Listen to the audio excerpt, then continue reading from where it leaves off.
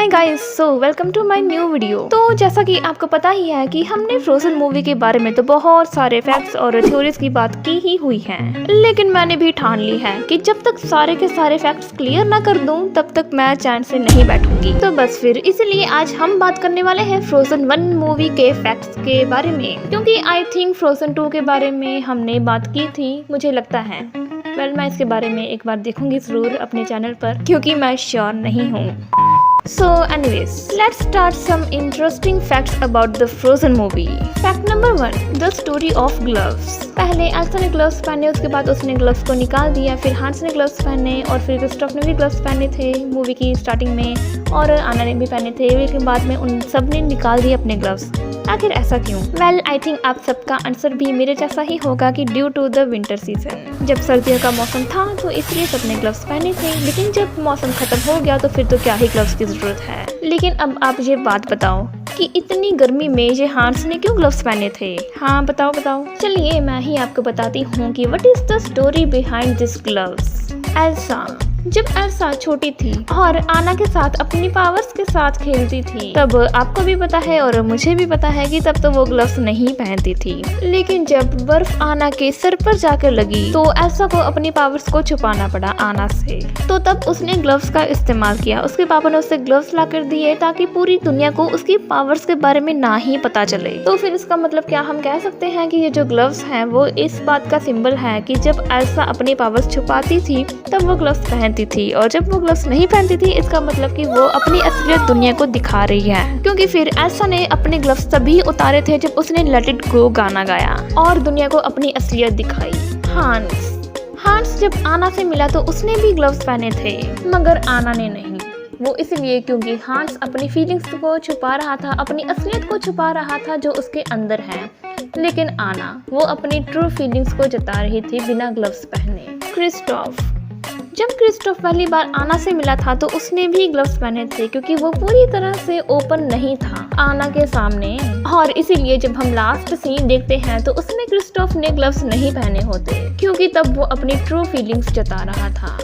आना, coronation day वाले दिन जब वो हांस से पहली बार मिली, और लास्ट सीन और एंडिंग सीन जब वो हांस से आखिरी बार मिली, इन दोनों मूवमेंट्स में आना ने ग्लव्स नहीं पहने थे, क्योंकि ऑफ कोर्स इन दोनों मूवमेंट्स के अंदर उसने अपने अंदर कुछ भी हाइड करके नहीं रखा था। वो जो थी लोगों को वो वही दिखा रही थी। तो इस हिसाब से हम ये कह सकते हैं कि ये जो ग्लव्स है ये इस बात का सिंबल है कि कोई इंसान अपने अंदर कुछ छुपा रहा है। फैक्ट नंबर 2, पूरी मूवी में ऑलमोस्ट सभी का फेवरेट पार्ट तो यही रहा था जब एल्सा ने लेट इट गो गाना गाया, और इस गाने में भी सबसे अट्रैक्टिव सीन वो था जब एल्सा ने अपने बालों को गिराया। चलिए मेन पॉइंट पर आते हैं। दरअसल एल्सा के बालों का निर्माण करने में काफी वक्त व्यर्थ गया। एक्चुअली एल्सा के बाल दिखने में काफी कॉम्प्लिकेटेड थे, जिन्हें हम उलझे हुए भी कह सकते हैं। इसीलिए एल्सा को क्रिएट करने वाले क्रिएटर्स को काफी टाइम लग गया एल्सा के बालों को बनाने में। जैसे अब इसकी एग्जांपल मैं आपको देती हूँ। देखो, रपंसल के सर में टोटल 27,000 बाल हैं, और वही अगर एल्सा की बात करें तो उसके सर में 1,00,000 बाल, और वो भी हेयर स्टाइलिंग की फॉर्म में। तो अगर बालों की गिनती ही इतनी ज्यादा है तो उसको एडजस्ट करने में भी टाइम उतना लग ही जाएगा। You know, common sense.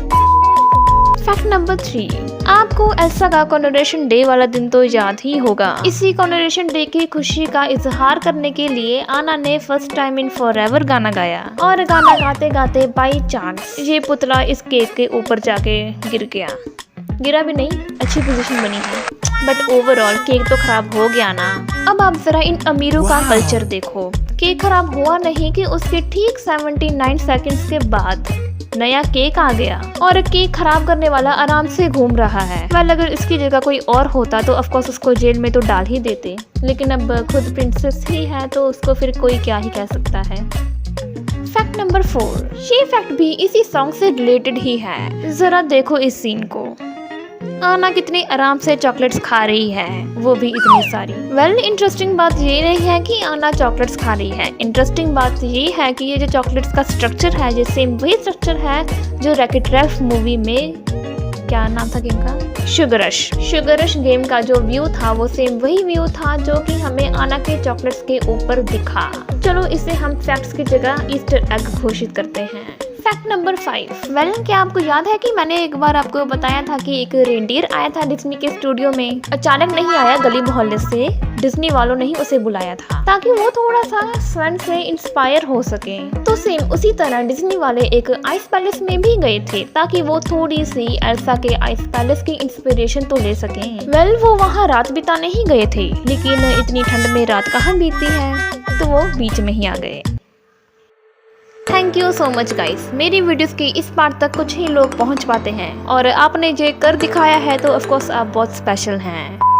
तो आई होप गाइस कि आपको मेरी आज की वीडियो थोड़ी बहुत पसंद आई होगी, और अगर सच में ऐसा है तो फिर चैनल को सब्सक्राइब जरूर करके जाइएगा और वीडियो को भी लाइक कर दीजिएगा। मैं आपसे ज़रूर मिलूंगी अपनी नेक्स्ट वीडियो में, तब तक के लिए बाय बाय।